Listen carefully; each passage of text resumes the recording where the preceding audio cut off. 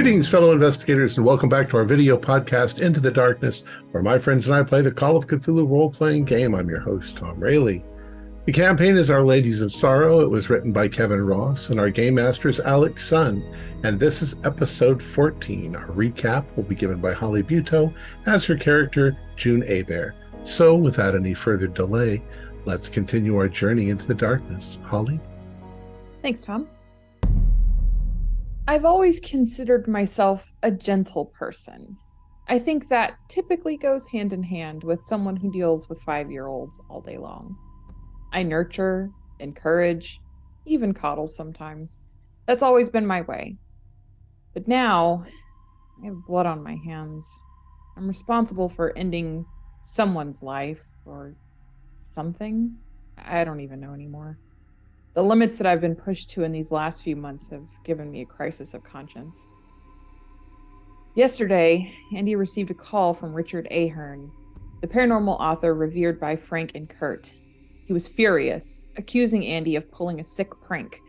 A woman, soaking wet with hair in her face, accosted him, demanding to know where her children were, and then threatened Ahern's children specifically by name and demanded that he tell Andy she wants to see him. All of this occurred in a small town in Illinois, where Ahern is currently investigating the appearance of a woman called La Llorona. It sounds like we're being drawn in once again to face the last sister, Mater Lacrimarum, Mother of Tears. All of the rain and flooding that Ahern reports in this town makes sense. It's surely a trap, but we can't let someone else fight our fight. We were requested by name after all. Still, we didn't go into this trap with our eyes closed. We did some research to learn more of La Llorona, the vengeful woman from Mexican folklore that searches for her dead children she killed. She's known to lure men to their deaths, blaming them for her loss. She seems to mostly plague industrial or blue-collar cities, which matches the description of Baleford, Illinois, a very small town primarily employing folks in a meatpacking plant. Baleford also has a long history of child disappearances and murders, horrifying acts of violence against our most vulnerable population. It makes me sick. 3 bodies have recently turned up in the floodwaters. I desperately hope we can prevent more from occurring, and that she doesn't follow us back to Boston. I fear for us all right now. Mater Lacrimarum attacked us in our hotel tonight. She nearly killed Andy and severely injured Rooster and Nathaniel. We've never encountered this level of violence before. I shot her. She just turned into water, went down the drain. How do you fight that? If it were a mortal person, I would have killed her. I've never even held a gun before today. I've always considered myself a gentle person, but what can you do when those you care about the most are in danger? Thank you, Holly. It is October 5th, Monday night, at the Seven Hawks Resort in Baleford, Illinois. Holes have been smashed into the walls of Andy's bathroom. A bent bath towel rack lies next to a toothbrush that is soaking up blood on the checkerboard tile floor. The shower curtain looks like a deflated balloon. A trail of blood leads outside of the bathroom into the bedroom proper. There is no more rain outside. What are you all doing? We've got to tell the police when they get here that some crazy woman attacked us. I think I already called 911 on the phone. Yeah. Yeah. I'm trying to do first aid on Andy, if I can. Right. Andy's bleeding from the head. Give me a first aid roll. That is a hard success. Then that is 1 health. HP. Can't remember if I'm bleeding. I think I'm bleeding too, aren't I? I got throttled. Yes. Yeah, you both, and Nathaniel too, you guys took a significant amount of damage. And you're bandaging up Andy's head, preventing the blood from dripping down his neck, where you can see these hand marks that have gone purple on his throat. Rooster, you're getting first aid done on you? I'll do my first aid myself. It's just bandages. Okay. Yeah, your fists, your knuckles, they are bloodied. Yeah. You bandage those up. So 1 hit point. Don't clean anything up. Leave it the way it is so the police can see it. I think we need to get all of you to the hospital, like now. The police can come and get a report later or something, but Andy looks terrible. Yeah, that would be great. That would be awesome. I'm sure they'll bring up. You said 911. They're going to bring up an ambulance, though. So yeah. Give me the gun. Let me get my prints all over it. So, and I'll just say I shot. Is there glass? The lady broke in, right, through the window? Yeah. Is there glass on the inside here? Corroborating it, like someone came in? No, she broke in through the door then. Yeah, she broke into the door. Remember, I had to kick in the door, so... Andy just saw her in the mirror, and then she was there. Yeah. I believe is how the recollection went. Wait, were you doing something with water? We broke into the hotel room. Yeah, we broke into the save hotel Andy, room. But we're saying was just that the crazy woman broke. That the crazy lady. Oh, I understand. Well, but what I recall is I was brushing my teeth, and then there was a trail of hair coming out from my mouth. The same thing that happened to you, Rooster. And then I saw her in the mirror, and I looked back, and there she was. Was the water running in the sink? Yes. Because I'm thinking maybe that's what she needs. Water. The rain, the water. Well, at least flowing water, maybe. Is it still Obviously, raining there's outside? water in the toilet. No. Oh, okay. It was downpouring when she appeared. And as a matter of fact, Andy, that hair is still on the sink. Wait, there's the hair. It's right here. And he just... Good. Give it to the police and tell them that you ripped it out of her head when she attacked. And not tell them that it just came out of my mouth. Right. Yeah, that's not a good look. Yeah. At the very least, it's going to be a mystery to them as they won't ever be able to solve. But what doesn't look like we were killing each other or anything like that. If anything, the police can't deny these marks. Do you see these? Like her hands were around my neck. Yeah. And if for some weird reason they arrest that poor lady on the street that we saw, we'll just say that wasn't her. She doesn't look like that at all. The gun was shot twice. I'm surprised the police are not banging down our door at this point. Yeah. Oh, you hear sirens in the distance. Now, I'd like to know if you're going to do anything else before they arrive. I will. I'll go out onto the. Are we on the second floor? Third. Yes. Yeah. Third. I'll go out. We're on the third. I'll go out onto the balcony so that they can see me. Yep. You can. It overlooks the majority of the resort. You can see the golf courses as well as some of the other stores, and you do see those red and blue flashing lights of a police car. There is an ambulance in tow behind them, and they are pulling up. What are you all doing? Up here. Okay. I think I'll sit on trying my best to stop shaking. Yeah, Ahern's also freaked out. I think I'm just... What do we tell them? Do we want to keep up? We were attacked. We were attacked. That's what we tell them. It's the truth. I mean, we were attacked by a woman. And then she escaped. Right. I mean, both of those things are true. Nathaniel, grab some of that hair. Don't let them have it all. Sure. Keep it. There's only one strand, I think, right? There was a lot of hair. Oh, okay. I thought. Yeah, I'll keep some. And listen, the story is, Andy, you came back to your room, and you were getting ready to go to bed, and there was a woman in your room, and she attacked you. No, she broke through the door because the door's broken. Right. Okay. So, yes, a woman broke in as you were getting ready for bed, and we heard the racket, and we found her attacking you. We tried to help. She attacked several of us, and she got away before we could stop her. And Ahern, you invited us because we have interests, the same interests. Yeah, it's just your fellow paranormal investigators. All right, so here they come. You can hear them stairs. Walk up the stairs. They reach the room. You can see a sheriff's deputy. He has messy hair. He's got a cowlick that won't come down. He looks like he's had a long day.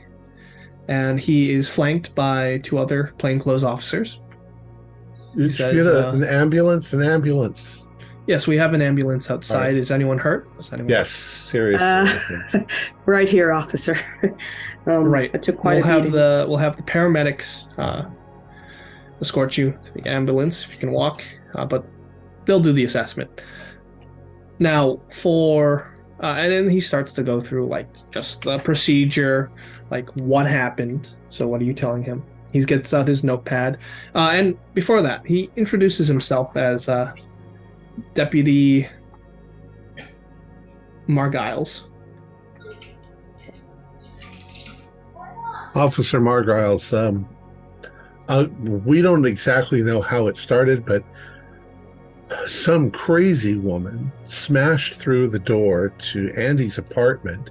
We heard it and came running, and she damn near killed us. I carry a gun. I have a license for it. Okay. And I didn't intend to, hurt anyone, but I shot. I don't think I hit her, but she ran back out the door and left. And she smashed poor Andy's head into the toilet and Can you describe this woman for me? Older woman, dressed in what? Black? It all happened so fast. Black hair. Look, we have some hair. We have some of her hair because his eyes like light up. And give me a psychology roll. Everyone, just Rooster? Anyone who's interacting with Sheriff. I got it exactly. Just a regular roll, but I got it. Bang. Looks like he's definitely interested in, and his mind's probably going to the paranormal events that have happened recently, like La Llorona, and you're describing La Llorona. Oh, well, we are paranormal investigators. We've heard of the stuff going on in your town.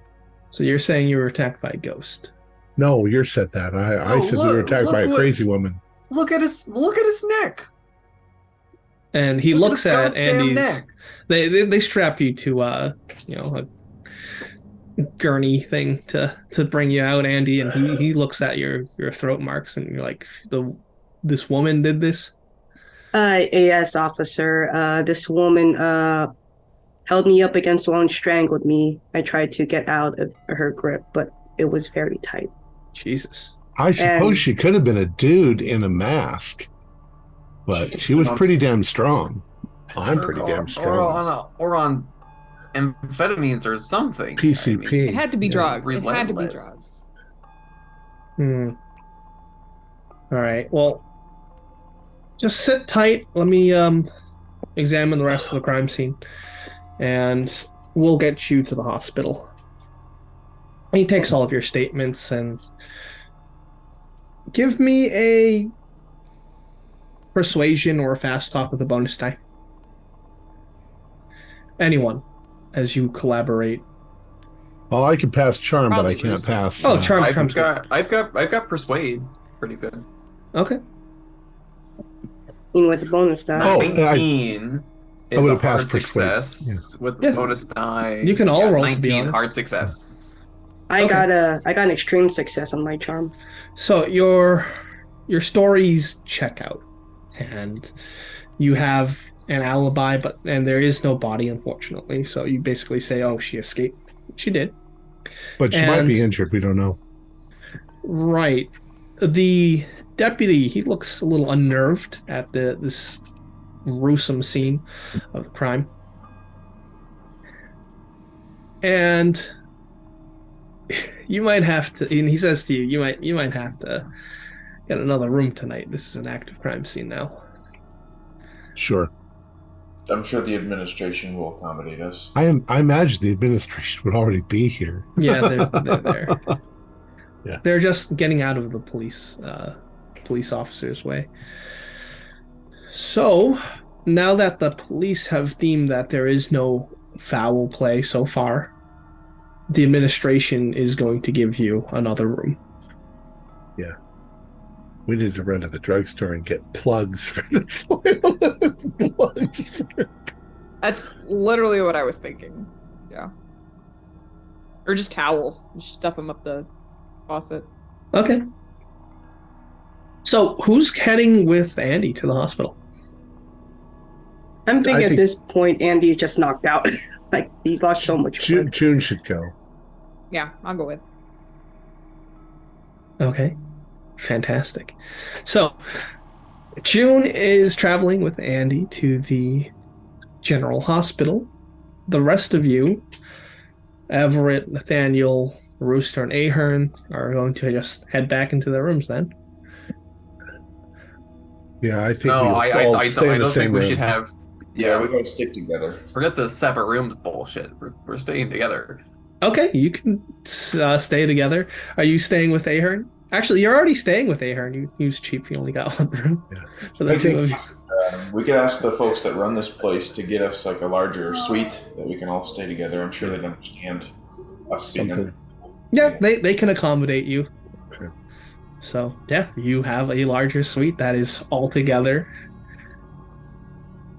I am going to get on the internet and what time is it? It's about like 11:30 midnight. Okay, it's midnight. I'm going to get on the internet and see if I can find how do you beat La Llorona Okay. in any legend that. Yeah, why don't you give me a library use roll? 45 is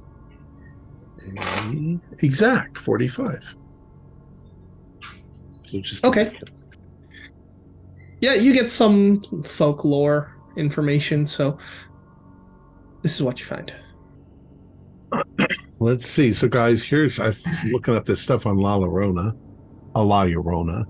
La Llorona was originally a proud, beautiful woman who lived in Mexico many hundreds of years ago.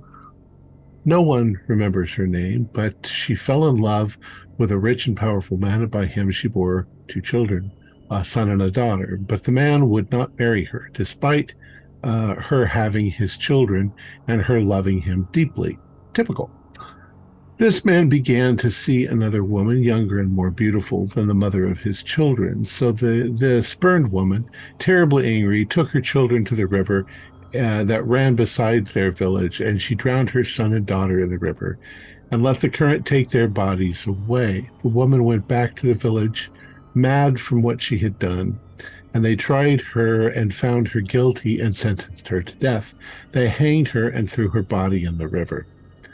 But either she was too evil to die, or a greater power sent her back to search forever for the children she murdered, and to punish others who neglected their children. She returned from the river, and she found the man who had disgraced her, and she dragged him into the river, where he too drowned. And others in the village died too, men who were unfaithful to their wives, or children who strayed from their mothers. La Llorona preyed on them all. As tales of her fearful deeds spread from village to village, so she herself followed. And so all across Mexico, mothers locked their children indoors at night when they heard the crying woman's wail coming from the river. And men, too, stayed clear of the river at night, running for their lives when they saw her, dressed all in white and sometimes black, with her black hair covering her face, sometimes dripping wet like she had just crawled out of the river. Anyone who saw her face either went mad or died, or she was never seen again.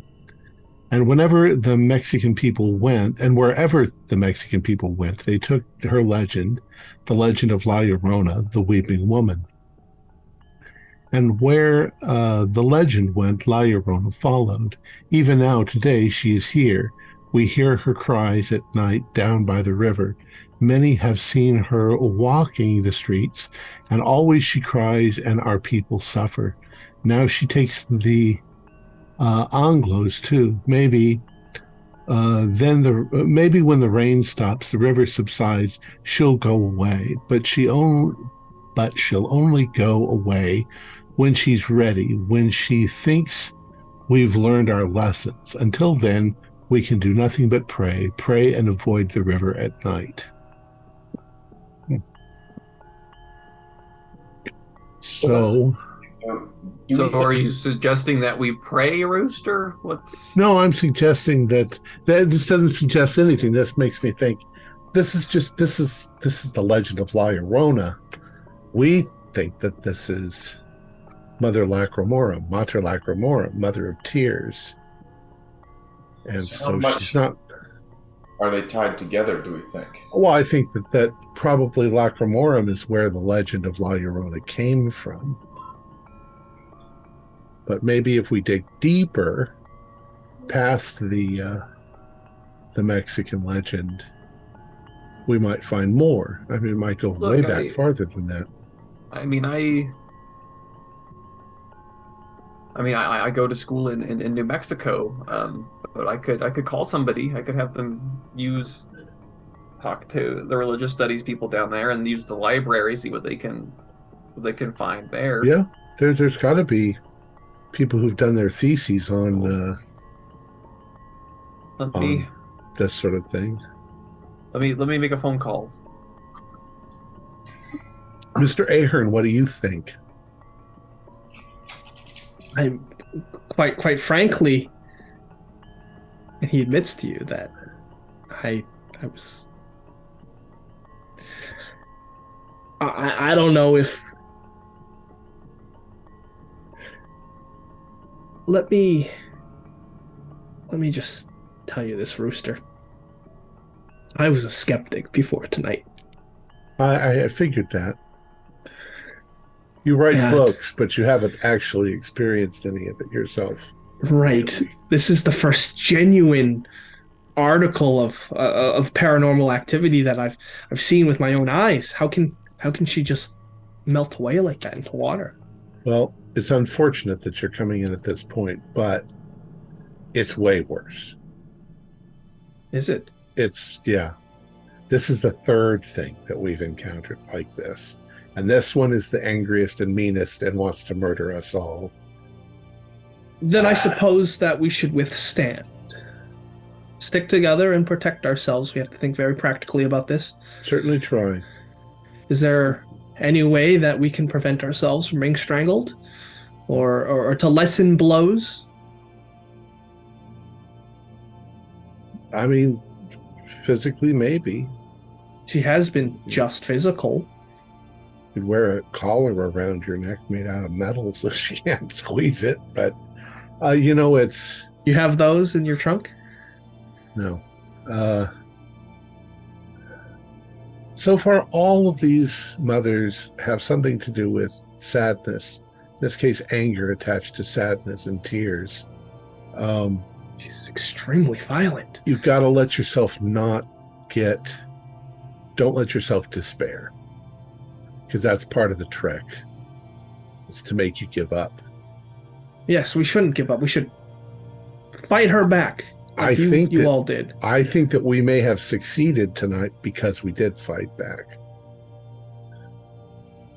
I don't think that's the last we'll see of her. No, I don't think so either. But I do think that you're on the right track. We have to find a way to somehow counteract this woman. That's why we plugged the drain hole in the sink. And remind me, have you told Ahern about everything? I believe you have. We did at dinner. Yeah, we went over everything. In that case, which he looked at us cross-eyed like, yeah, sure. Yeah, now he believes you. So he's looking out into the night. He turns back to you, Rooster, and he says, do you suppose that there is an avatar? Someone or something that she's controlling that is the focal point? It may be. Well, what do you think, Everett? I don't know what to think. I mean, June shot her and she just turned into water. I mean, whatever this entity is, it can change its shape. How do you kill something that can just turn into liquid and go down the drain? Seems like all we can do is withstand. Well, the previous manifestations of these sisters that we've been dealing with were able to take on avatars, like you said. Yeah. So I passed this one, so I'm wondering if it's even possible to strike at the actual core of what we're dealing with, or if we're just trying to eradicate symptoms. That's why I think we need to look more into it. Look more into the. How do you confront the core of human misery? Well, once you confronted that avatar back in Boston, did anything persist? This mater, well, Tenebrarum? She Tenebrarum managed to get us to commit, one of us to commit suicide, actually multiple people to commit suicide, and kind of ruined Kurt Winters. I wonder how he's doing. But after our involvement, we can't be sure that... But it stopped after your involvement, yes? For us.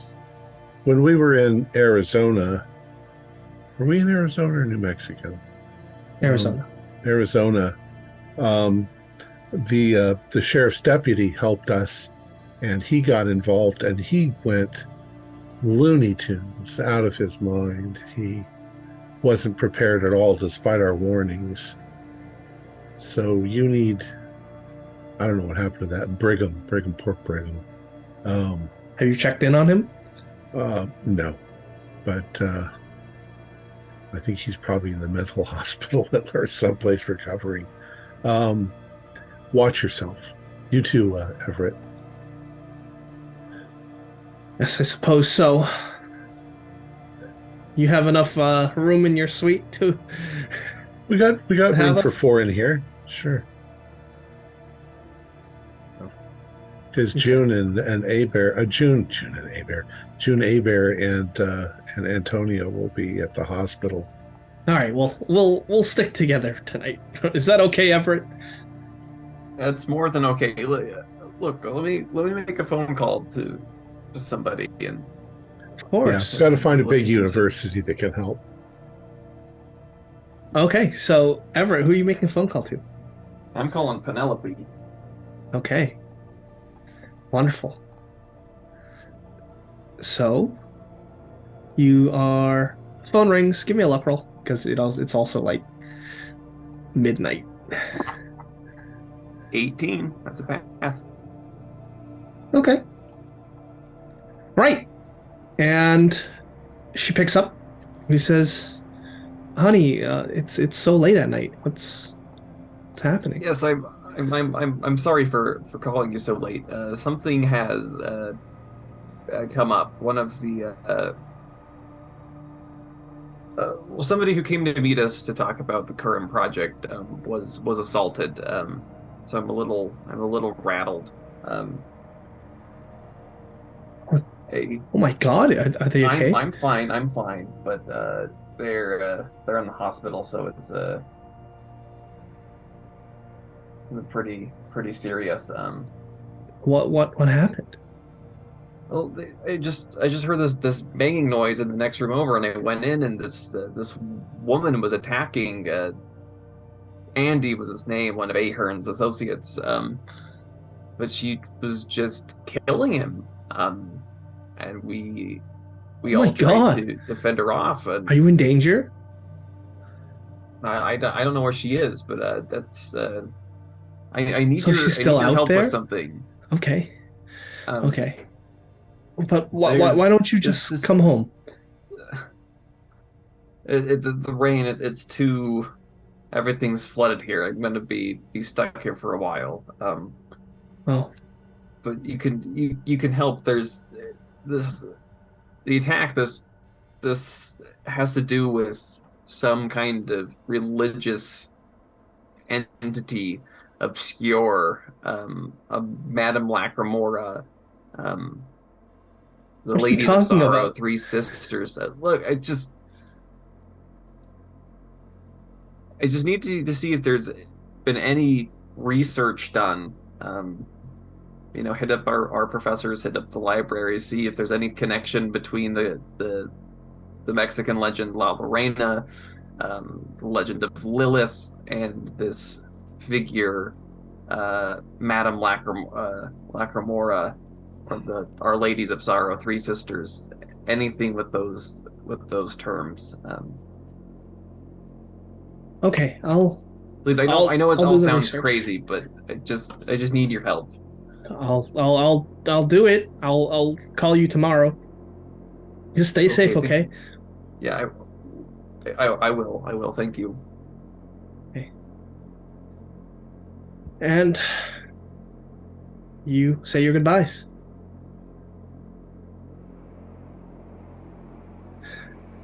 We'll cut to All the right, ambulance. Oh, actually, yeah.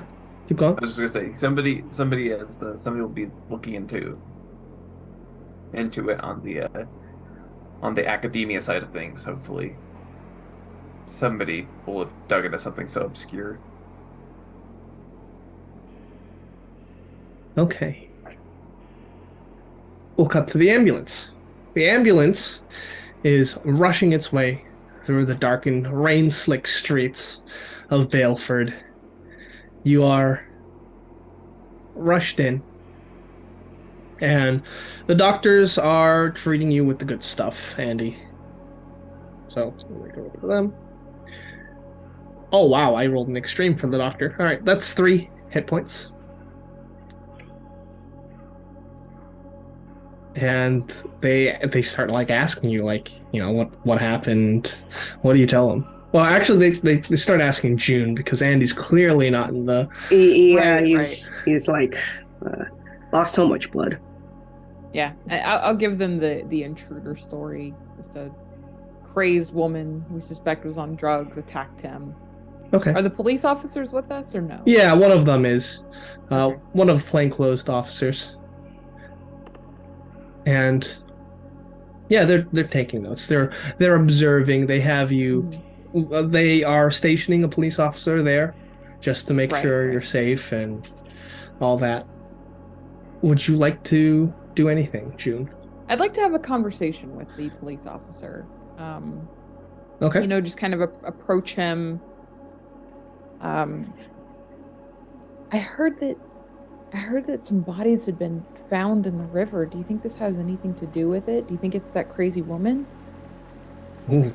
Give me a persuade.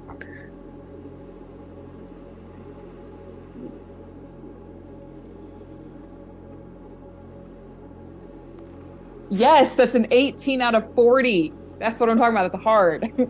That's what I'm talking about. Okay. Right. Well, don't tell the sheriff I told you this. Oh, absolutely not. I'm just worried about my friend.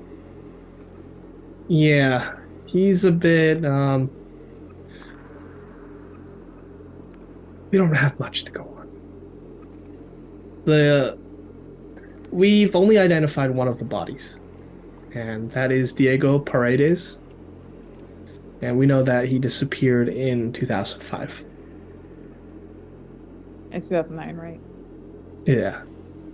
Oh gosh, oh dear. And the other bodies, they're so much older. One looks to be at least 10 to 15 years old, and the other one, a lot older than that. Maybe 50 years. How awful. Yeah, they're all children. Oh god. Zerny's he's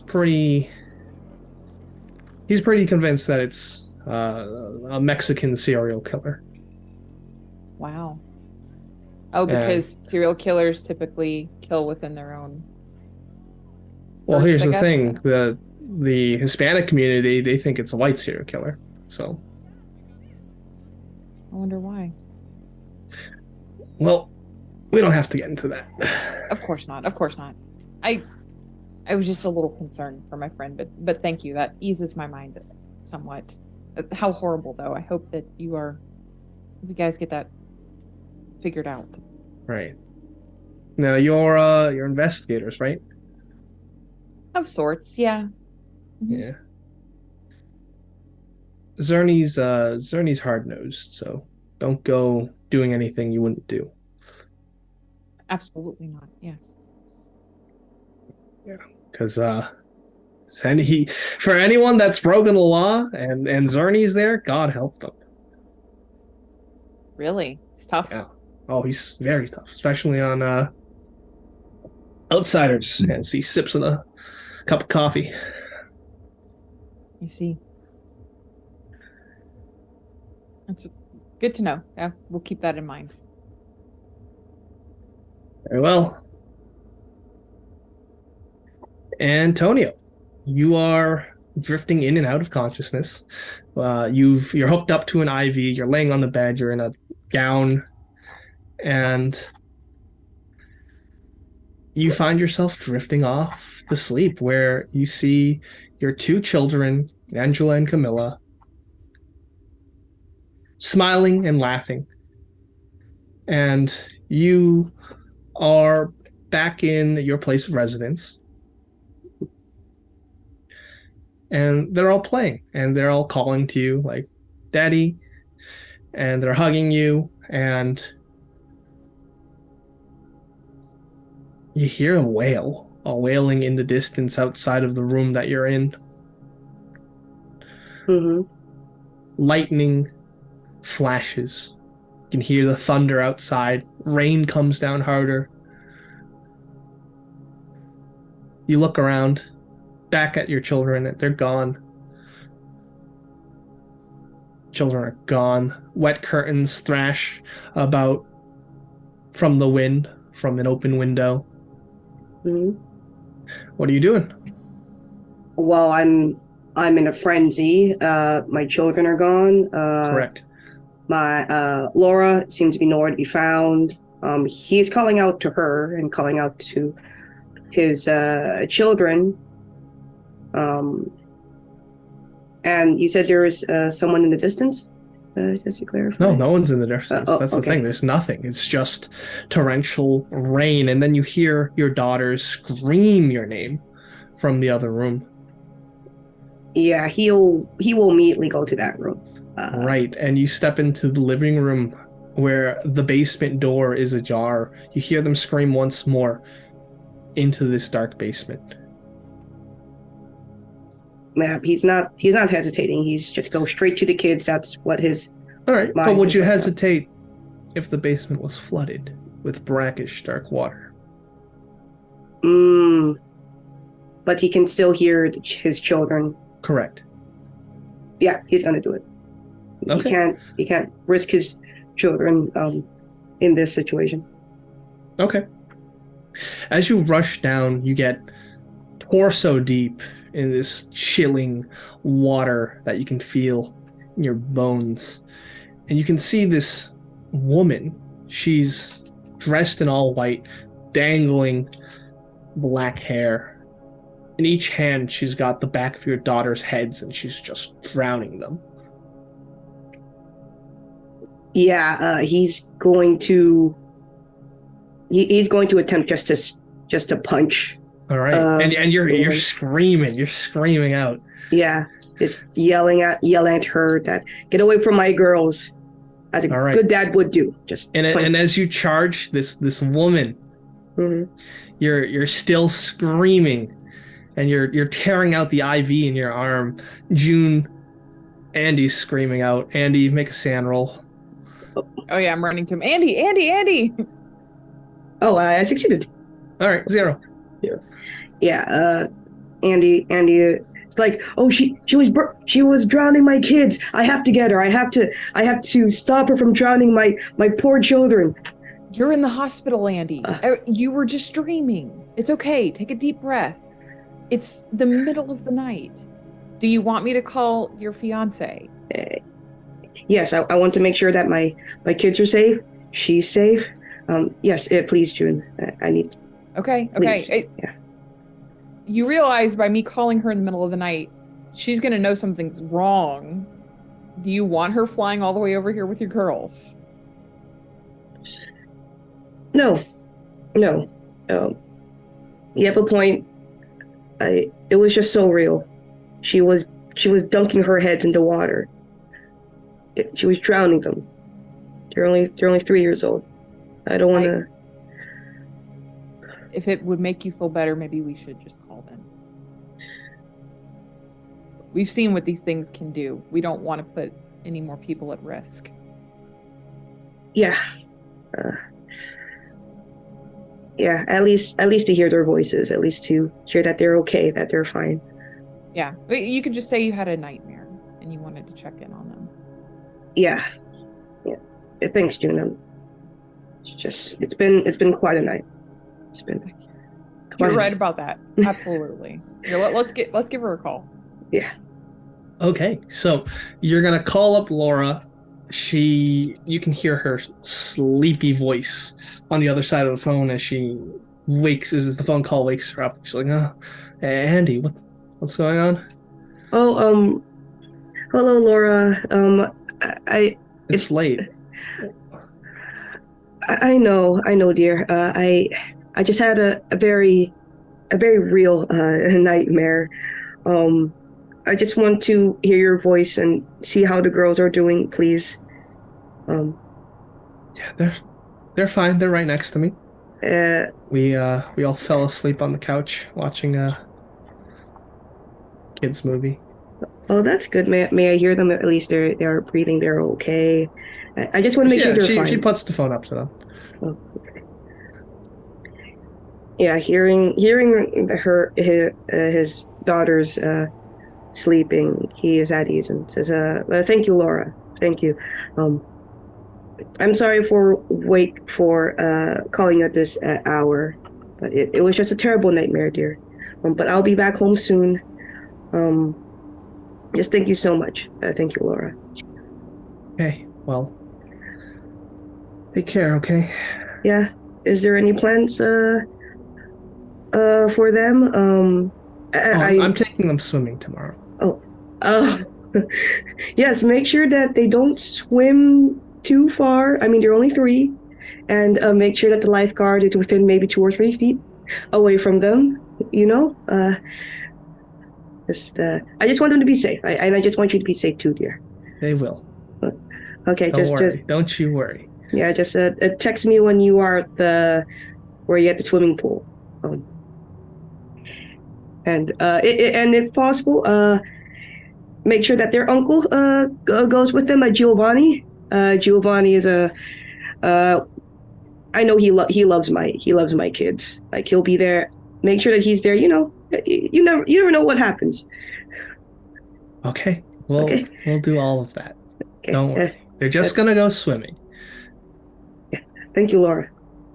And that's when I love you. Good night. And that's when he kind of abruptly hangs up and turns to June that they're gonna go swimming tomorrow. It'll be all right. The adults will be there. It'll be okay. Yes, I did tell her to make sure my brother Giovanni is there.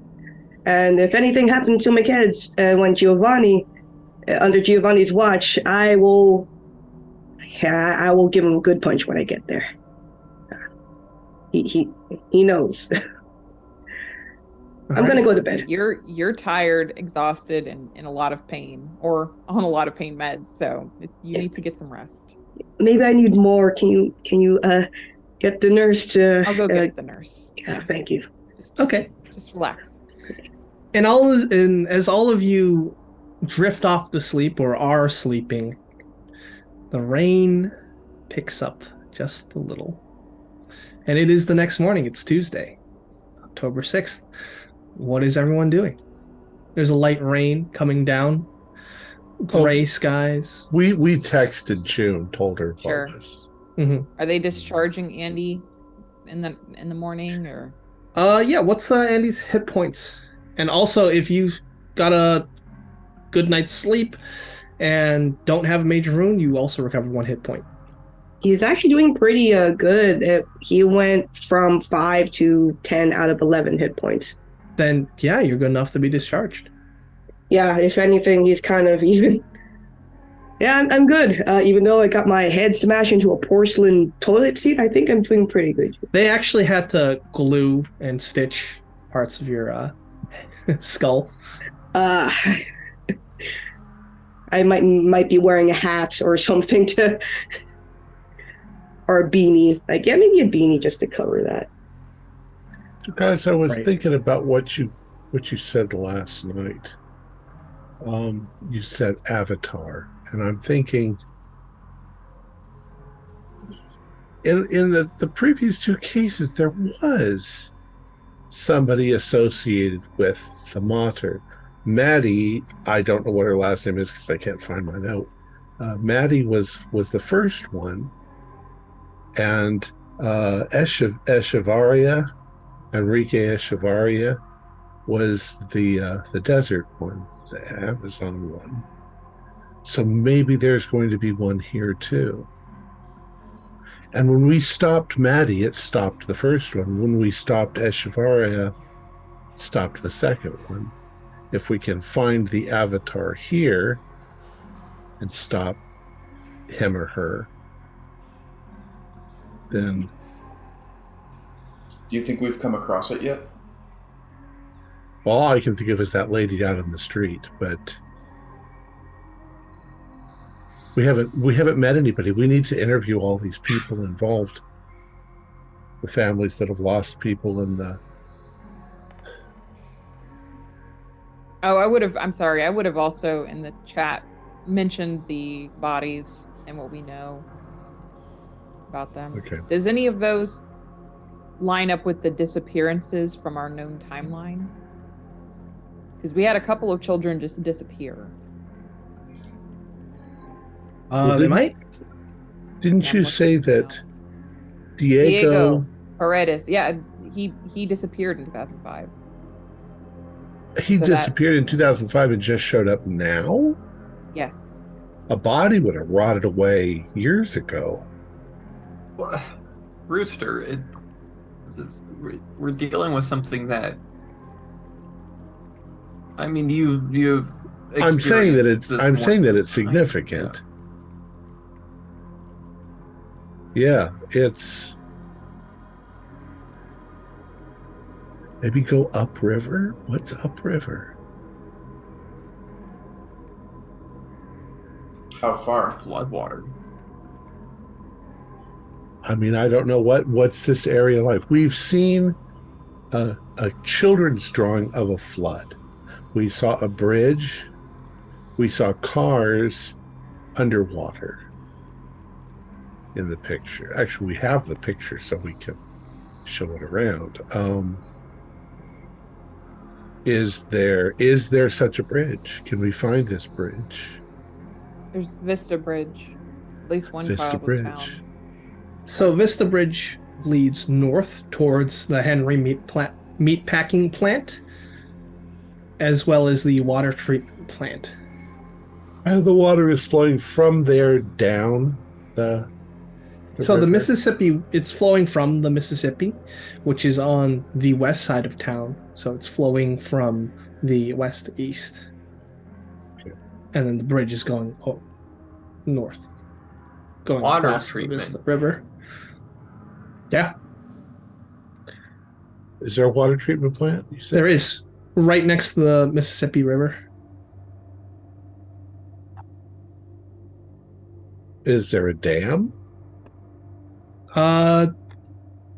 We have to look that up. No. You didn't see one on your drive down. Okay. Is there... could you remind me, Alex? I neglected to write this down. What was the timeline for the other two bodies? I know you said Diego, and then... one was 10 to 15 one? years. Another was Yeah, 50 and then the plus. other was 50. That's what I thought. Okay. Are we having this in a group call? Yeah, Like, you guys have probably come Yeah, I'm back assuming by we've now. rejoined them. You've been discharged. Oh, But okay. I purchased breakfast for everybody. Oh, there was a boy that went missing, a little 4-year-old in 1981. That would have been 20 years ago at this point. More than 20 years ago. We're trying to figure out how you fight a water creature. well, salt can absorb moisture. You can freeze water. It's all in different forms, different states of form. I'm wondering if blunt instruments would work better than piercing. Like a gun might not do much, but a baseball bat might do a lot. Yeah. Your gun is confiscated, Rooster. So That's fine. I don't know, because remember when imagine You do like what? You belly flop onto the water. That's painful. We just need to be careful to not cross the local law enforcement. The deputy at the hospital told me that he does not appreciate that in any way. We can identify who might be a likely avatar. Somebody who's lost a child recently. We That can, would be a guess. But this has been going on forever, right? I mean, right. But right now we're obviously. You're right. You're right. Just started up again. And this year's been more deaths and disappearances cropped up than any other previous year. How about we talk to I forgot which one of you mentioned it, Mr. Ahern or Everett. What about he's dubbed the Mexican mayor? He would know something at least going on within the Mexican community here. It's a good idea, I think. What's Mr. his Ahern had discussed ingratiating ourselves to the local community, maybe showing an interest in helping them. If he knows if there's a connection between any of these folks, between the earliest Diego Paredes and the latest Vicente Lariva and Oscar Rios.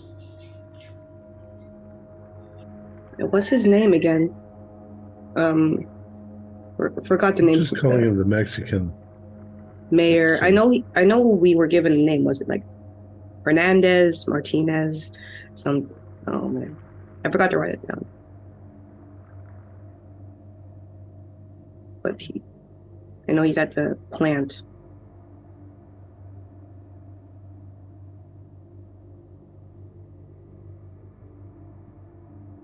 Yeah, I know who you're talking about. I'm assuming it's not difficult to track down. Could you repeat that? Who's the Mexican mayor? Like, what's his name? Esteban Rodriguez. It's right here. It says Mexican mayor right next to it. Yeah, it's his nickname. And who is Lawrence Sabet? Reporter. Lorraine Sabet. Yeah, Lorraine. She is one of the journalists at the Baleford Tribune. So she probably would have access to all these articles. Yeah. And Bob is the sheriff that we want to stay away from, but Scott Mark Isles is the deputy. Okay. Right. On Andy's particular case, yeah. Is there anything we could do with this hair sample that we kept? I'm thinking black magic. If there's some sort of form of magic that can drive her away, we might need a hair sample or fingernails, voodoo doll stuff. Didn't you look into how to defeat La Llorona? Did you find anything useful? He found that prayer would help. And mostly it just says you need to avoid. That's why I kind of switched in my mind from talking about the avatar. What have we done to defeat the two in the previous? You stumbled across the crime scene last night, didn't you? I think you found where the police tape was and everything. Not the crime scene, where they found the bodies. It's not really. Yeah, it's across the river. Yeah. Directly north of the resort. We didn't cross the river. We also talked about mapping where all of the disappearances were taking place. We should do that too. Investigate the crime scene. And we've got to call into the university to see if we can get more expertise on La Llorona or the Mater's Lacrimorum. So I guess we got our day ahead of us. Yeah. I want to purchase a baseball bat. You can definitely do that. Yeah. I'll go talk to the mayor. Does anyone want to come with me? The mayor, Mexican mayor, Rodriguez. I speak really good Spanish, so I do as well. We'd be a good team. Let's do that. I will. What do you think, Nathaniel?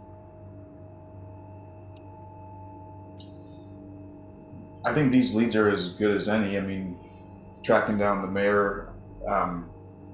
We don't want to split up, do we? Not too much. I mean, at least two people. In pairs or groups. Yeah. See, Then we can go with Andy, and Andy's kind of loopy because of they had to glue his skull back together. We'll do that. We'll do the boring research. We'll see if we can find where the location of each thing is and the names of the families. Allow Andy to have a seat. Whatever. Yeah. Okay. Yeah, I had a nightmare last night. It was not really good. Oh. Well, we know about nightmares. Well, she was drowning my kids. Shit. And I did check up with my fiance. They're gonna go swimming, but I did tell my fiance to make sure Giovanni is there to their protective uncle. And I swear, I already swore to myself if something happened under Giovanni's watch, I might do something. So that's all I could do. Your kids get killed? Yes. I'd tell them not to go swimming, but then Laura would be even more frazzled. I did tell her to just be within the distance of the lifeguard. Giovanni will be there. That's all I could do. Okay. So Mr. Ahern, you want to go with June and Everett? Of course. 3 and 3. That works. 3 and 3. That works. 3 is a good number. 3 is a great number. So Nathaniel and Andy, do you think we should go to the newspaper and see if we can find out? I imagine that they might have a scrapbook of all these things, since it seems to be a hot spot for La Llorona.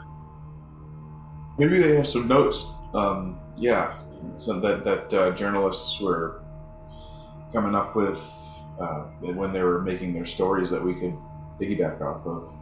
Are you going to go to the library for research or another source? I think we'll go to the newspaper first, because she might provide us with info that will lead us then to know what to research on the internet or at the library. Fantastic. So, let's head over to the Baleford Tribune. Okay. And you're taking the rental car. Ahern will take his rental car with the other group. You all drive out, and as you drive out, rain comes down just a little harder. You are heading into the downtown area off the main street. There is a brick building that says the Baleford Tribune, and right now they are open. You can see the warm yellow glow of the lights inside, and you can see some antique printing presses displayed in the windows. We'll park the car and run quickly inside out of the rain. Okay. So, as you step inside, make a luck roll, please. 52 is... Oh, no. I've only got 15, so... Should they do it? Oh, no. No, this is good. Give me a spot hidden roll. 41 is... that is a regular pass. All right, yeah. So, as you are walking up to this newspaper building, you push open the door, and just as you push it open, you catch a glimpse of a long-haired woman in the reflection of the window. Give me a sanity roll, please. Her 17 thick strands of hair cover a damaged face. However, you take 0 sand. Okay. Yeah. And she's through the glass door? No, she's on the window. Oh, she's on the window? It's like this to the window. All right, so...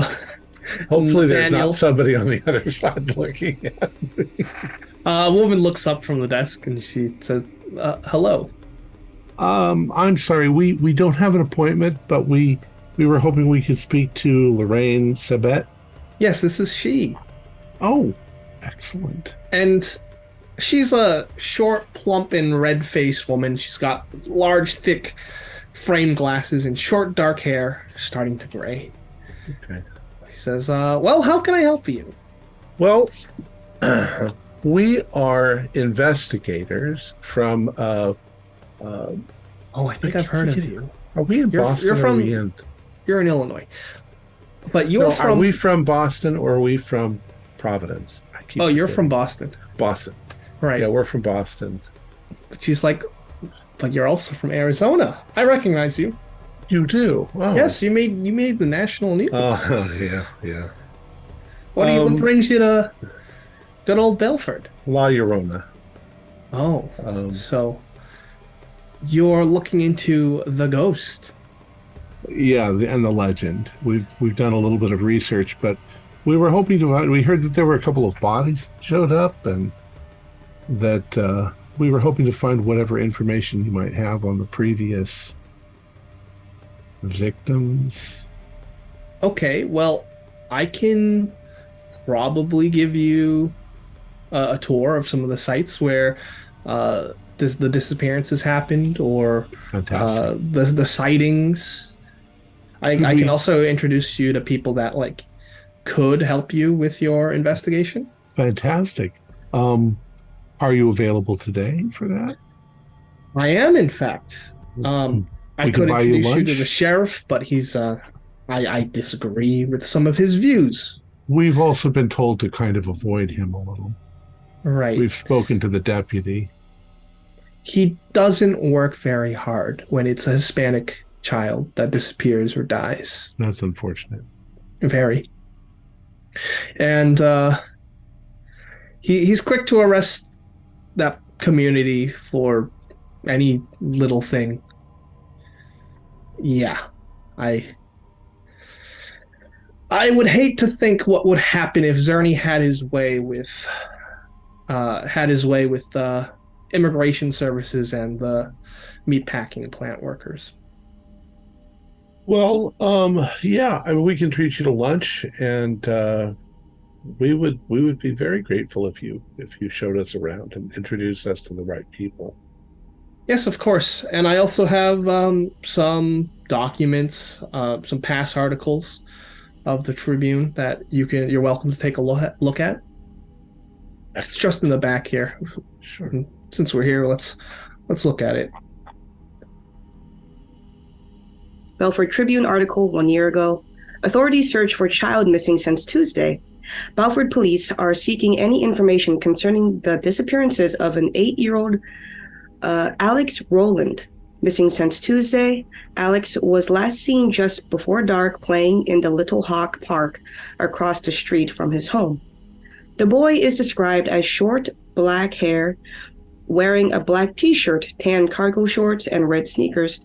Vista County Sheriff Bob Zerny believes Alex may have been abducted and is urging anyone who may have been in the vicinity of Little Hawk Park or the Seven Hawks Resort to report any unusual persons or activity they may have seen. Anything unusual may give us a lead, says Zerny. A car with out-of-town or out-of-state license plates, seeing someone you didn't recognize or thought looked out of place, someone acting suspicious, whatever you may have seen, please let us know. Sheriff Zerny declined to comment on whether or not the Rowland case could be related to the unsolved disappearances of George Rodriguez earlier this year or Diego Paredes in 2005. Okay, Papers 3, Belford Tribune article, last February 26th, The Weeping Woman Returns.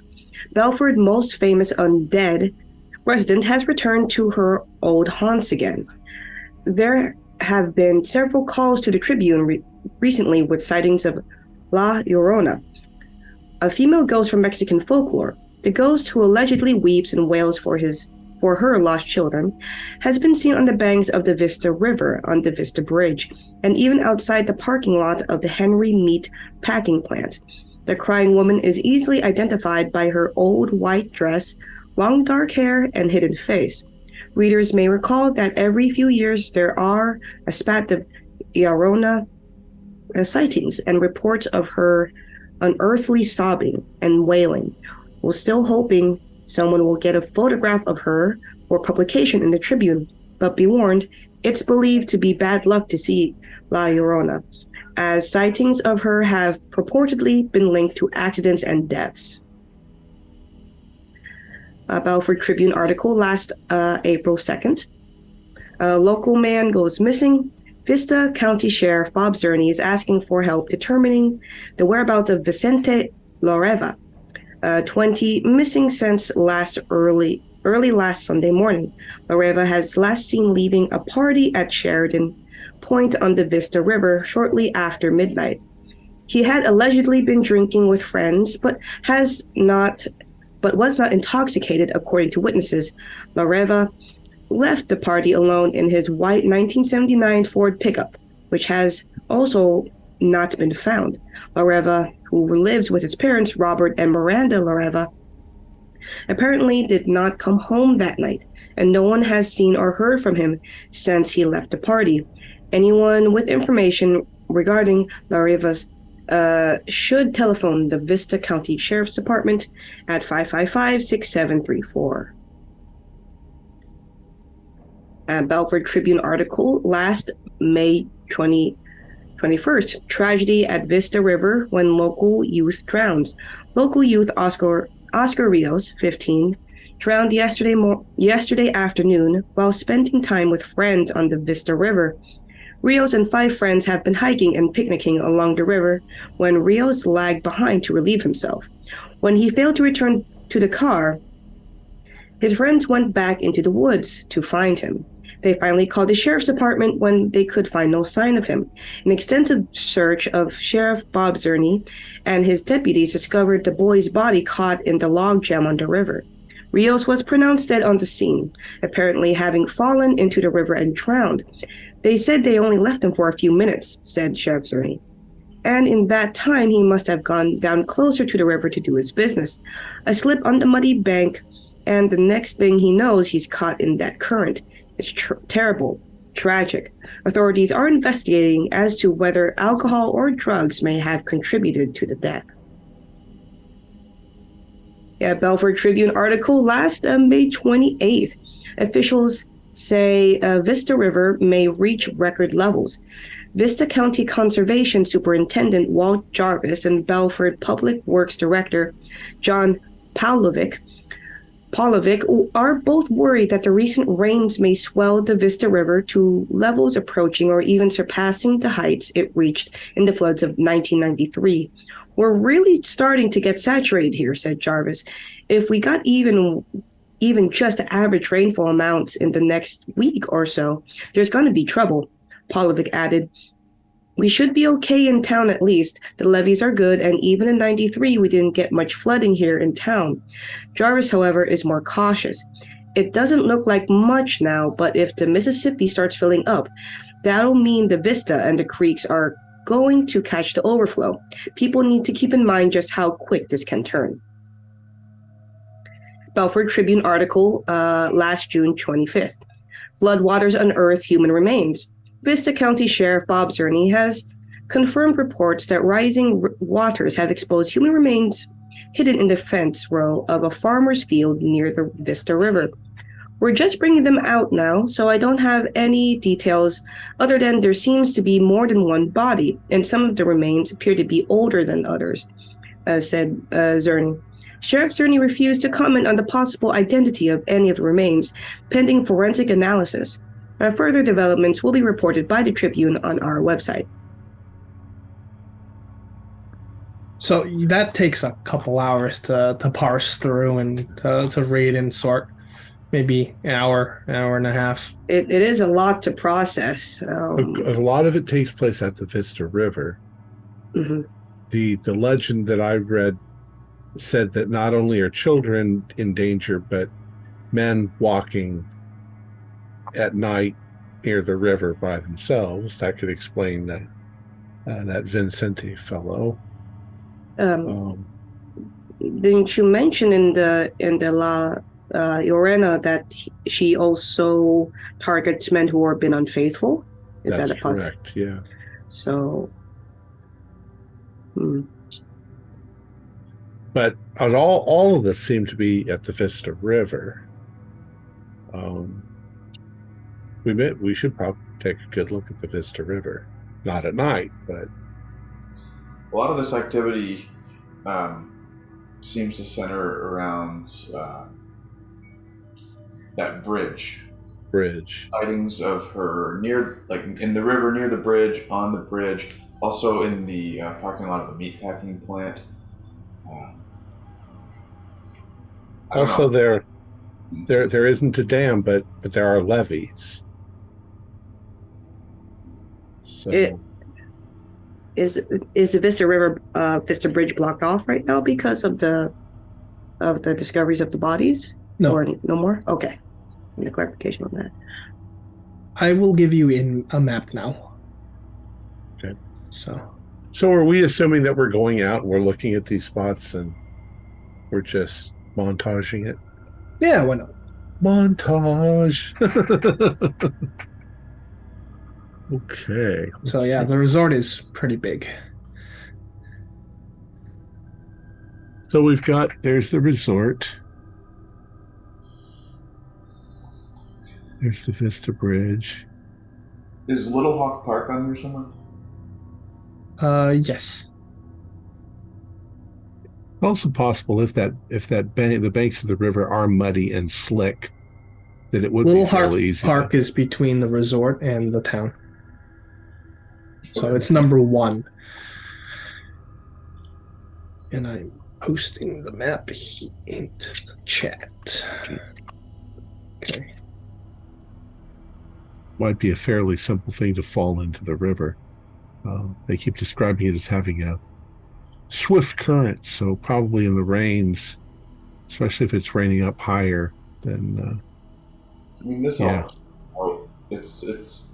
I mean, all of these locations are within close vicinity of the river. I think the river is really probably our focal point here. And we need to be careful, because if that's her focal point, then that's where an attack is going to come from. So I want my Louisville Slugger. I mean, but last night she attacked me. She attacked all of us. It was pouring down rain, though, so that is true, and starting to rain again a little bit. So when the time comes for us to, I guess, want to have another encounter with her, what are we going to do to prepare ourselves? I'm going to have a baseball bat.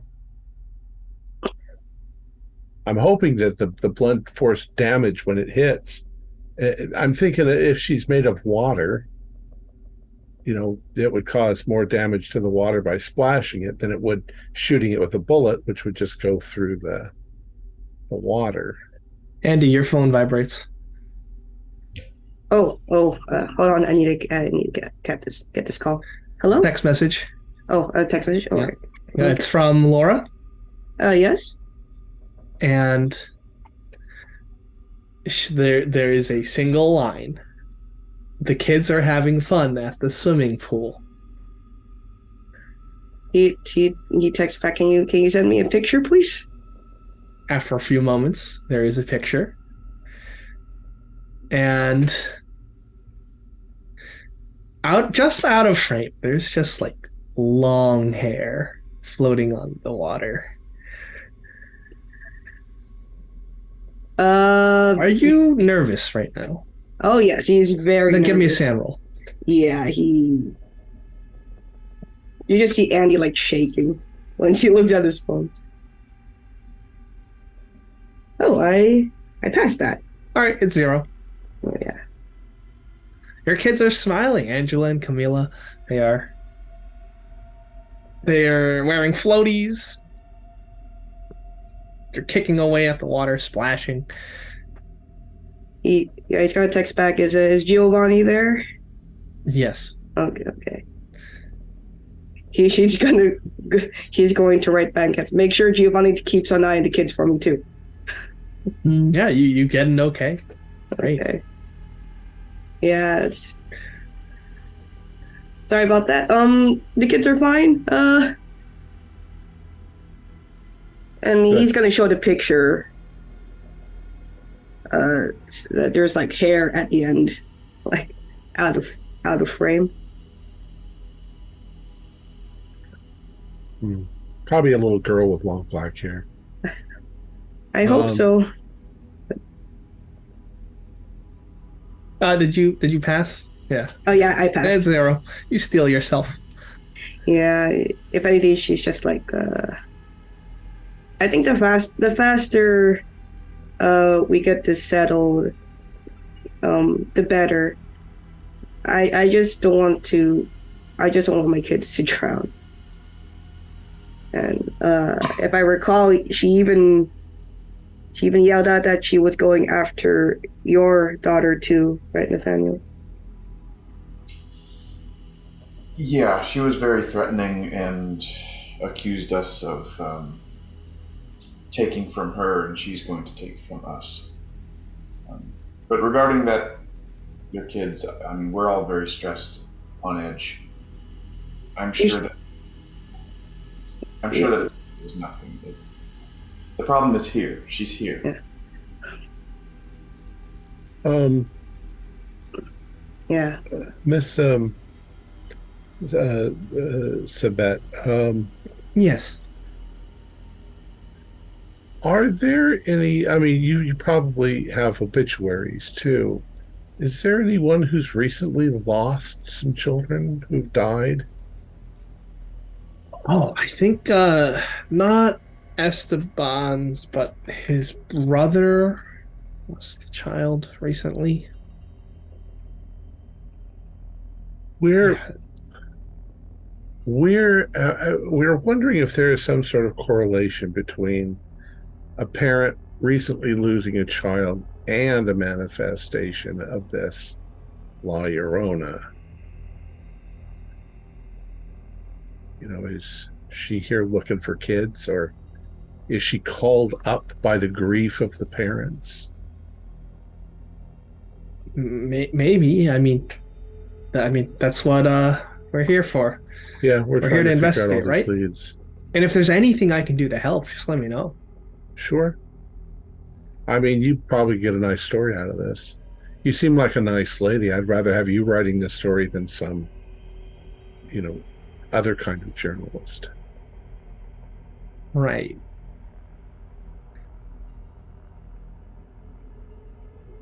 Well, looks like it's time for lunch. Well, here's where we're staying. I'll give you my card that's going to connect to my Boston address. Okay. Sounds good. And you head out for lunch.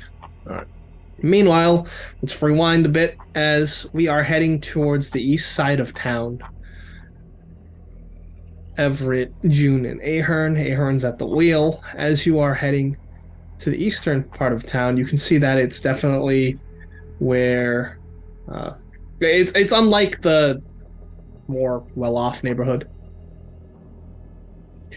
The buildings are very much damaged by flooding and rain, and the environment just beating down.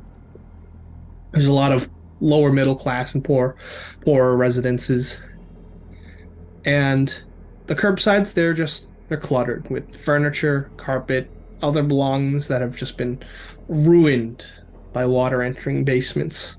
There's water standing everywhere in yards and in the gutters where the storm drains are just clogged up.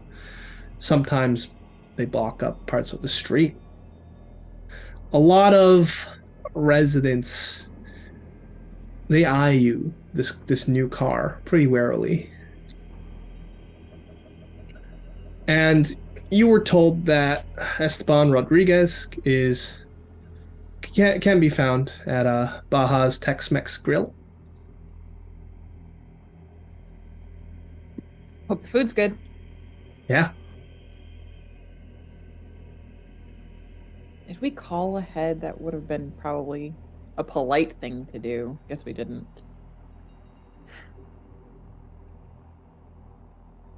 Well, let's get out of this rain at least, yeah? Right. And right on cue, it comes down just a little harder.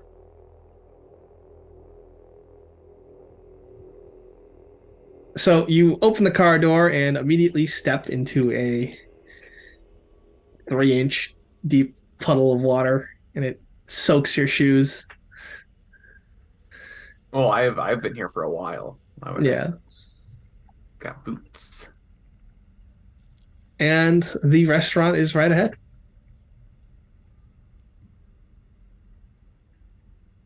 Do we know what he looks like, Mr. Ahern? Yes. He's an older gentleman, stout, ruddy complexion. He's in some of the newspapers for his charity work. What's the nature of his charity work? A lot of community service, helping out families. Yeah. Anyway, shall we? I hope their Yes, chips absolutely. and salsa isn't too expensive. It's chips and Oh, that salsa. stuff's It should be normally free. complimentary.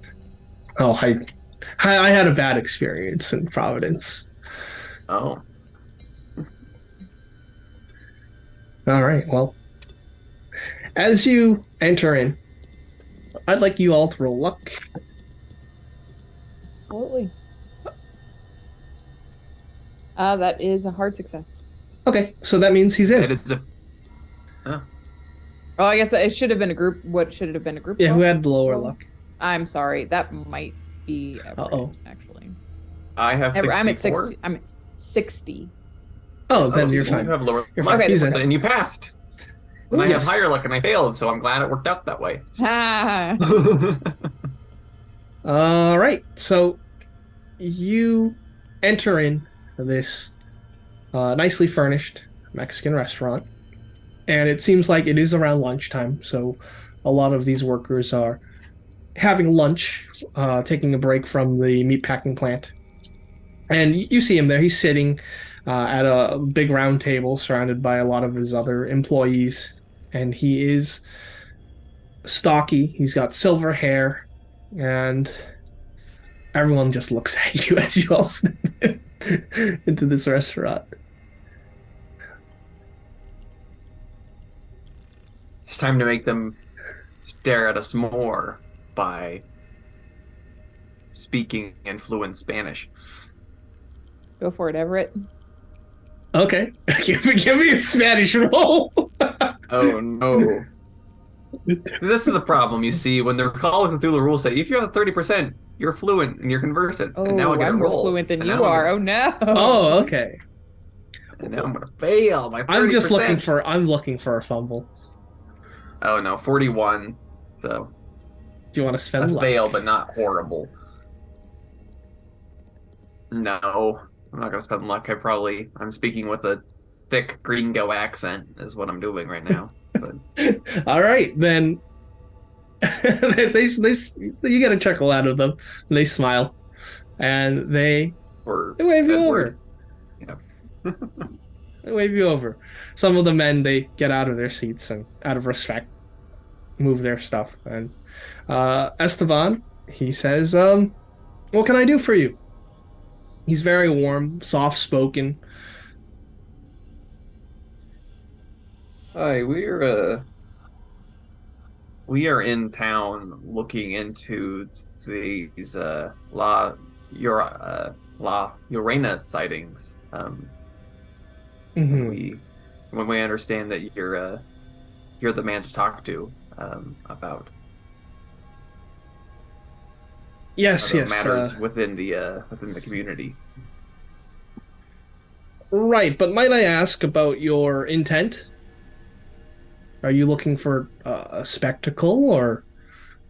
No.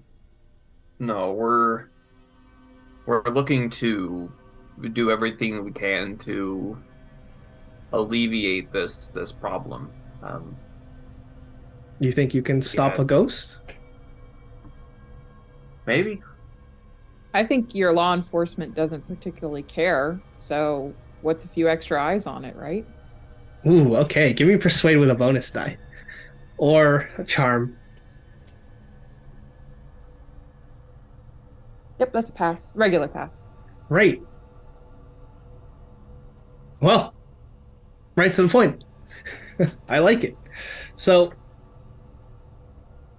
yes, you're correct. I don't think the police are trying very hard when it comes to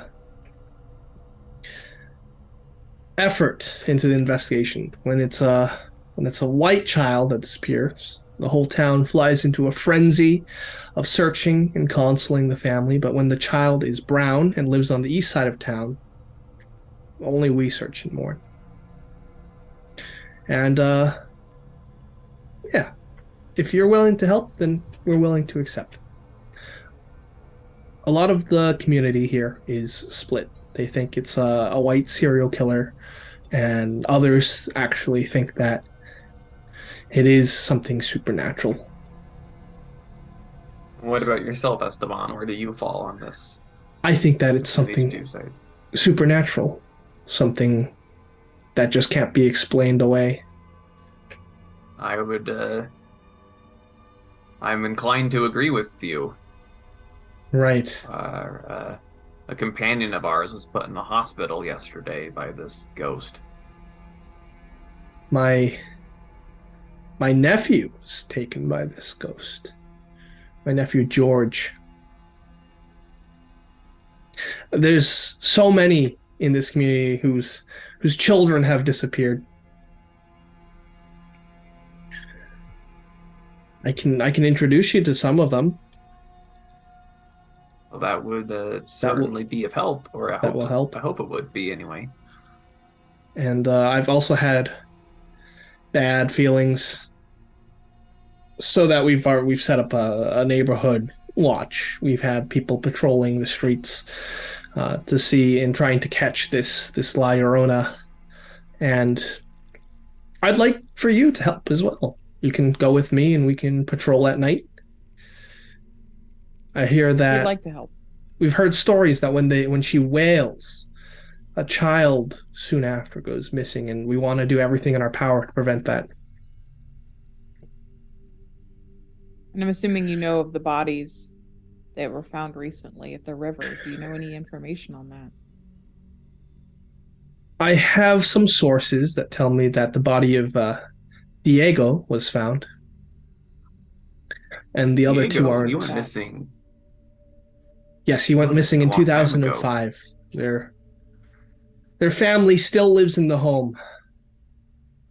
Never managed to move on. They're still shaken by it and are very reluctant to discuss it. Well, in the spirit of all of us working together, I'll share a little bit more information that I heard as well, that one of the bodies is 10 to 15 years old and the other is 50 or more. Okay. Both children. And he'll share with you that the night Diego went missing, his now 16-year-old sister heard a woman wailing in Diego's room that night. But their mother denied visiting Diego after bedtime. So Terrible.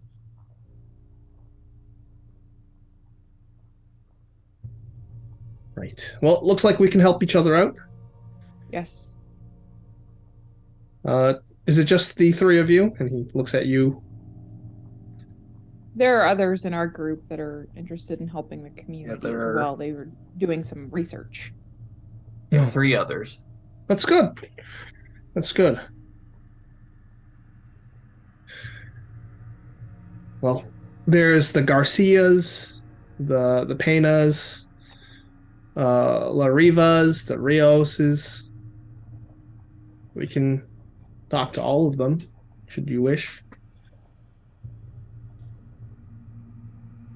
Yes, I think it's important to hear all of the stories and get a true picture. Okay. So I can most likely just tell you the information because I've also interviewed them. Louis Garcia, he was one of the earliest drownings. This happened in 1997. His mother believes that the crying woman entranced him into following her to the river where he drowned. We found his bicycle several blocks from where his body was found, something that he would never do. He would never leave his bicycle. His older brother, Guy, and he gestures across the restaurant where he's sitting, he thinks that some white folks took Lewis to the river and threw him in. He isn't too happy about that, and he's got an axe to grind.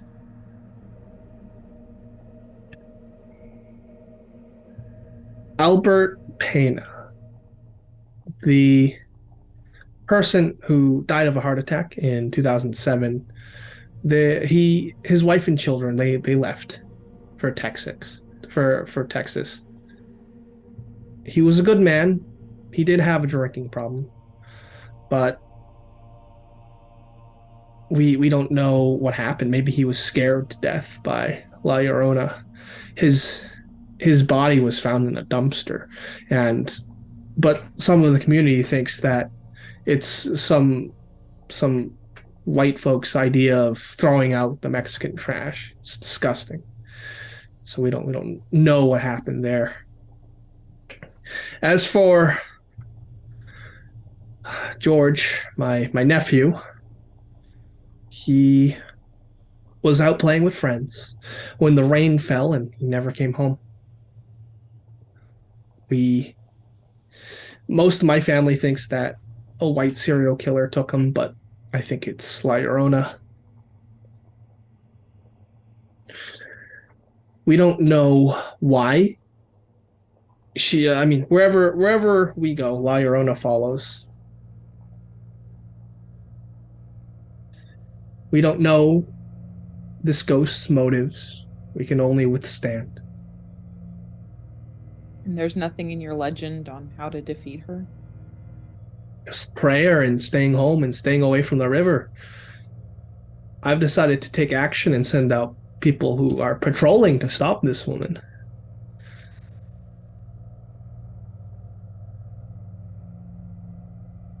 What can we do? Well, you can share your contact information and I can let you know when we're heading out for patrols. Yes, please do that. Okay.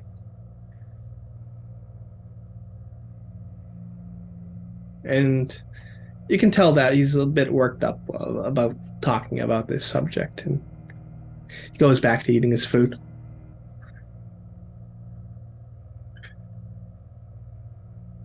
Is there anything else you'd like to ask him?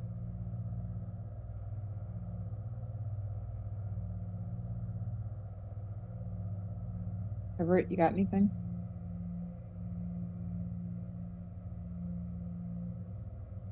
I mean, is there any...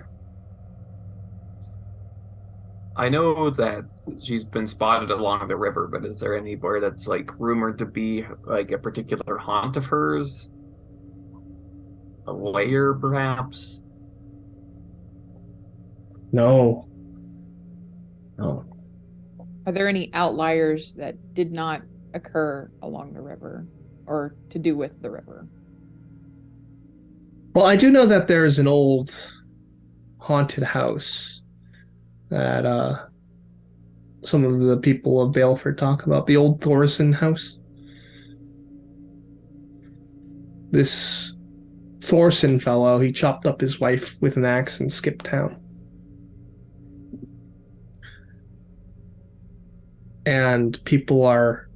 some rumors say that people are seeing the wife hacked up and covered in blood wandering around the property, but they demolished that ruin. There's nothing there. So you could also...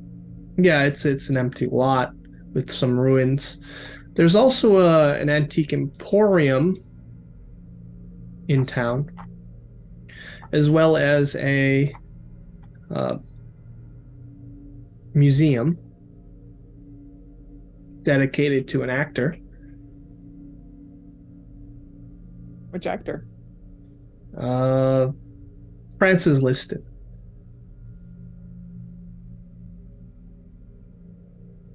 What about these stands out as relevant to all of this? Oh, they're just avenues to investigate. I see. Because you're all new to town, are you not? Yes. Yes, we are. We appreciate There's that. also Little Hawk Park right next to the resort, where Alex Rowland vanished. And then there's Sheridan Point.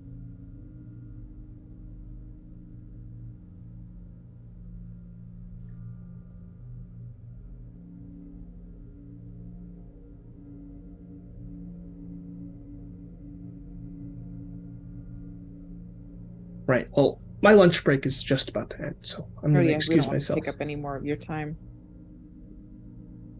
Thank you so much. You're welcome. If you need anything, feel free to reach out.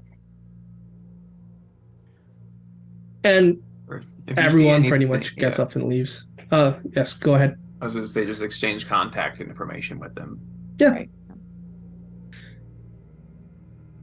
Keep him informed. He should keep us informed. Sounds good. And now we've properly synced up time, and it is around 1 p.m. when everyone finishes up their business. You're on mute. So we'll have lunch with the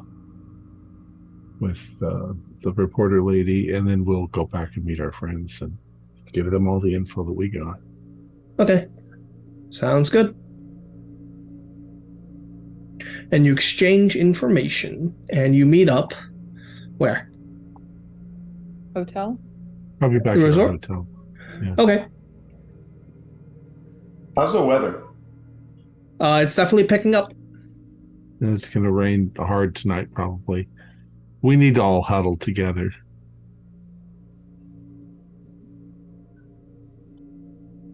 We have a few places of interest around town that we could look into, according to Mr. Rodriguez. We've also got to consider that if she shows up again and attacks us in the same manner as last time, I don't think the hotel is going to believe us. Right. Twice one day after another. Maybe it's a matter of not running the water? I don't know. I don't know either.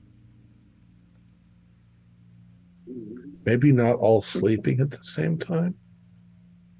We should have some kind of watch, yes. Why is this sister claiming that we've taken so much from him? I've just been thinking about that. I mean, we've heard any of the taking. I just don't even know if we, like, even the second one, we beat her kind of, but well, I mean, the only thing that we've ever really done that would be considered taking from them is stopping them from killing us. I hardly call that us taking. I think they're robbing toying them with of us. More victims. Yeah, I think they're toying with us. But I think Mother Lacrimarum is just the most vicious, angry one. But I think the key to stopping her will be to figure out who she is possessing and taking care of that. I'd like to be able to drive it out of whoever it is, but we tried that last time and it didn't work.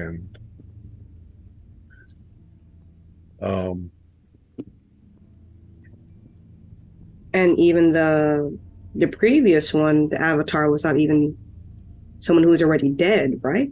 She was taking the form of this already dead I mean, mother. the last one? Yeah. Yeah, So, oh, you're right. You're right. It wasn't Enrique Echeverria. It was his mom. That was the avatar. so there's possibilities that either the avatar can somebody either be dead. yeah. Could be a ghost or a dead body. And there are all these dead bodies coming out of the river. And then, I mean, you guys, I hope you wrote it all down because there were so many names in today, all of the information that we pulled in. Oof. We've got the old Forester House, the Antique Emporium Museum, Little Hawk Park, Sheridan Point, are the locations that were mentioned by. Is there, looking at the map, is there like a central where the lines are all focusing on? Let's see. I mean, Little Hawk Park is number one. It's just right there outside the resort. Yeah, and I can give you some more information on the key. So,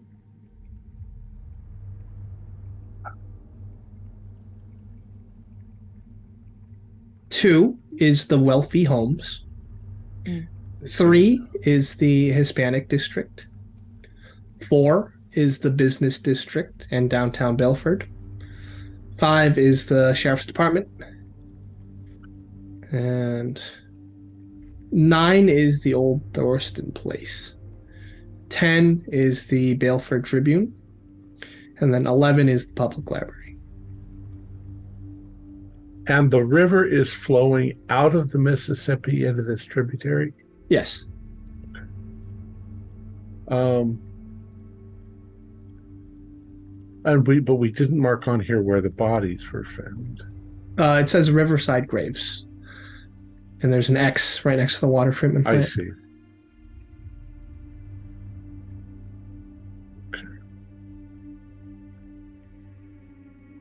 Well, you know what we haven't really done is we haven't done a little walk around town to see if,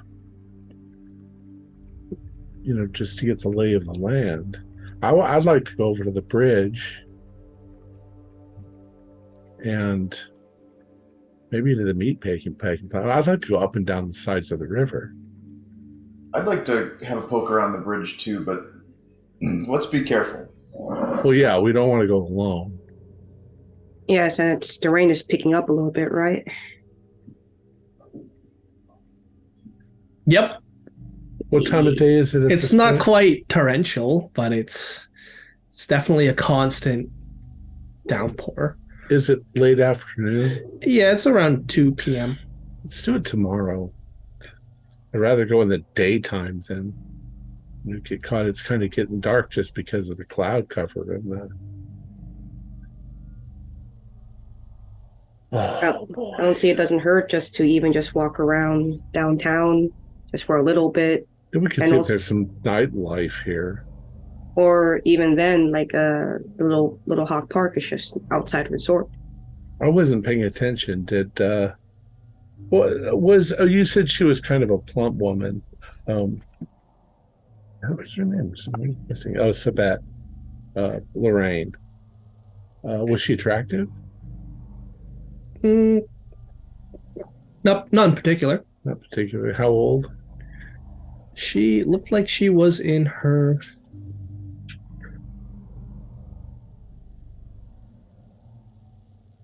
'50s or late 40s. Yeah, I was going to see if she wanted to go out and party, but I'll pass that by.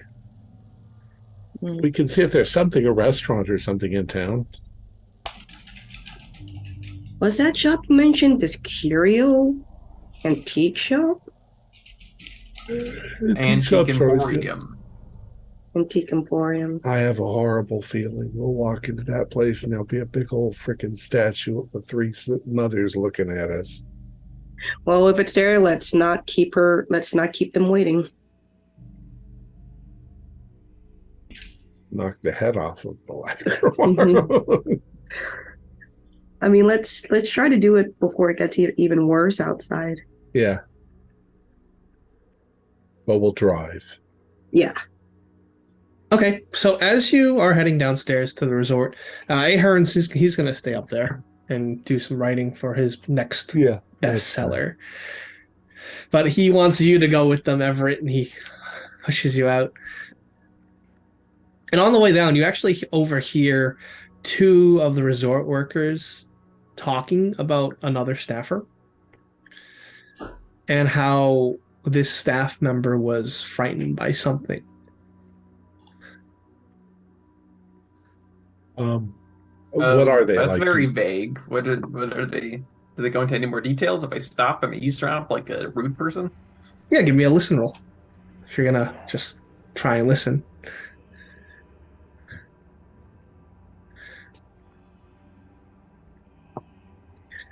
Oh, 3.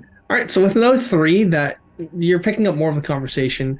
There's this person named Jenny Detterman who works night shifts usually, and there's just been a lot of talk about like, oh well, she shouldn't be scared of that. Oh well, she saw something, didn't she? Just a couple days ago.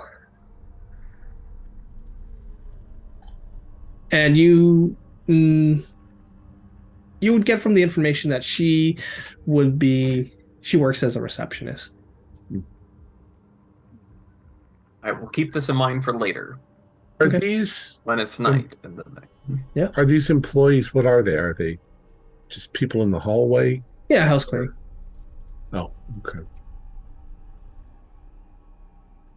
Yeah, I'll just pass by. Okay. So you're going to take the car and travel where in particular? Just around town? Downtown. Okay. See if there's a restaurant or something that's open. It might be too small a town for that. Yeah, there'd be a restaurant open. Are you going to just have food at the restaurant and try to be a normal group of friends, or? I think so, right? We can discuss these things if we need to, but we want people to see us in town so they don't wonder who we are. All right. You're gaining fame. Oh yeah, because of what happened in Arizona. Are you hiding your neck? Oh, how fresh, it just looks very bruised, the hand marks are there. Yes. Yeah, he's gonna have maybe put on a turtleneck and then have a scarf around it. Maybe not a scarf, no, just a turtleneck. That's okay. Yeah. Sounds good. Just to cover his neck. Is it a Mexican restaurant? No. Yeah. Is it an Italian restaurant? Sure. Oh, yeah. They have get tired of eating Italian food. No. No, not really, but it's... I don't know. I just feel like Italian tonight. Okay. So you're going to spend time at this restaurant, chit-chatting, eating these large Italian portions, preparing for tonight. And let's say you spend 2 more hours there. It's around 4 o'clock, the sun's setting. The sun is setting around this time of year earlier. And it's stormy, so... Yeah. It's pretty dark. And as you spend the time, that rain, it is coming down harder. It is whipping down now. And this is when you get a phone call, June. Oh, who's it from? It is from Esteban Rodriguez, the Mexican mayor. Oh, Mr. Rodriguez is calling. Hello? Hello, June, yes? Yes. This is a good opportunity to put in some work. Would you like to join us on some patrols tonight? We've heard absolutely. Some people have heard her wail. Oh gosh. Okay, yes, absolutely. Just tell me where to be. Right. And he says, same place. In an hour. Okay, we'll be there. Okay. What's up? Oh, yeah, I'm not sure if we had mentioned this, but we volunteered our group to help with the neighborhood watch. And it sounds like La Llorona's prowling the streets tonight, so they've asked us to help. A baseball bat in hand. Yeah. Get Uh, out your rain jackets. It's going to be wet. oh You boy. have an hour, so if you really want to equip yourselves, you definitely can. I'm gonna get a baseball bat, and he's just not gonna take it.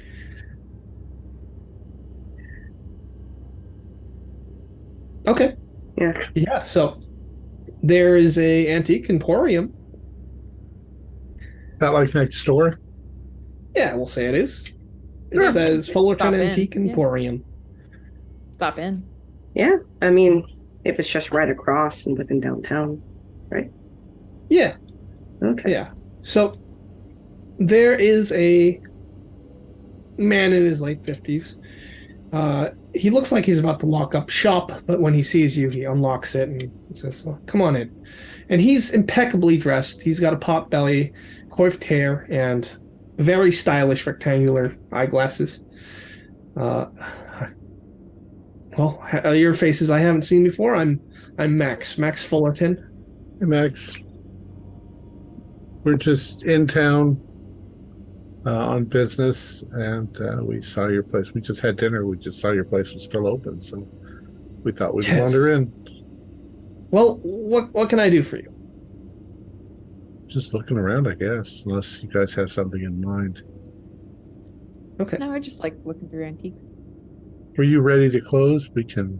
Oh no, no problem at all. Do you have any sort of unusual pieces? Well, I do have some antique artifacts. I have some helmets from the Vietnam War, leather jackets. Oh, I guess have a copy of the Ars Goetia. What's that?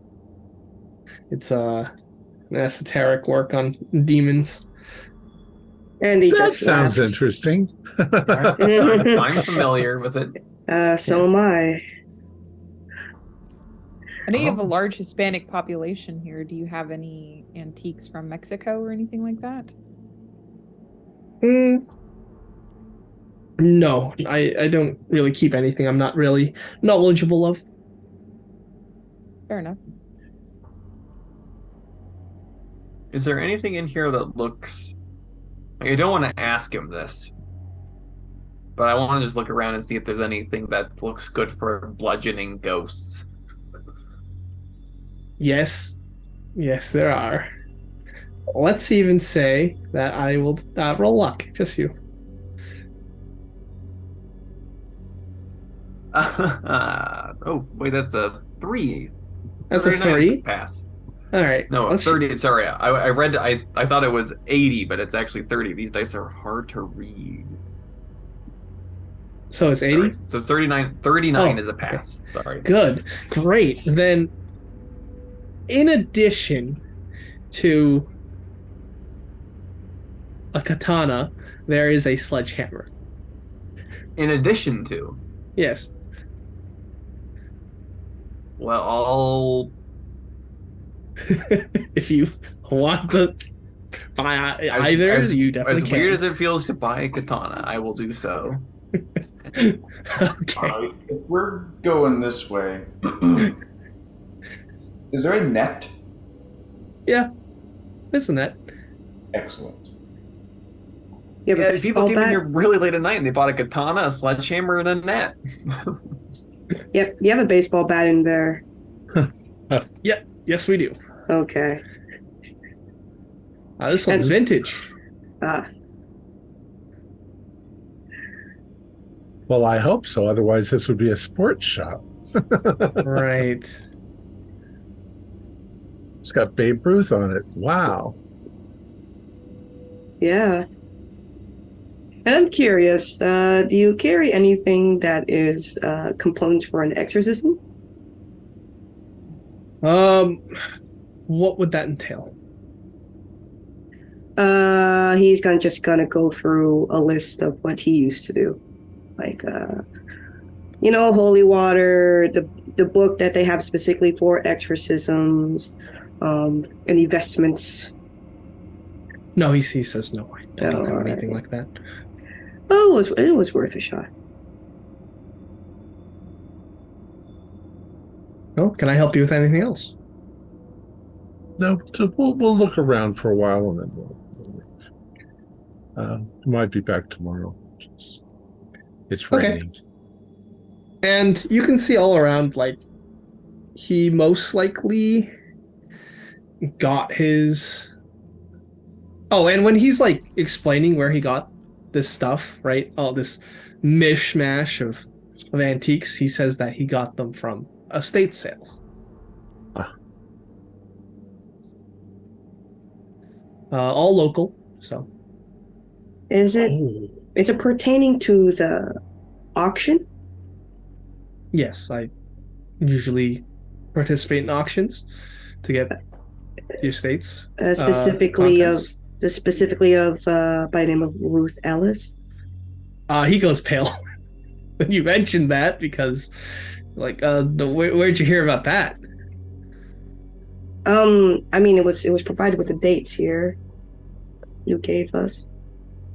It says here that I heard local that body was. Okay, this is quite distasteful. Please refrain from discussing this in my store. I don't mean to press any buttons, but you said local and an auction of this particular person. What did I just say?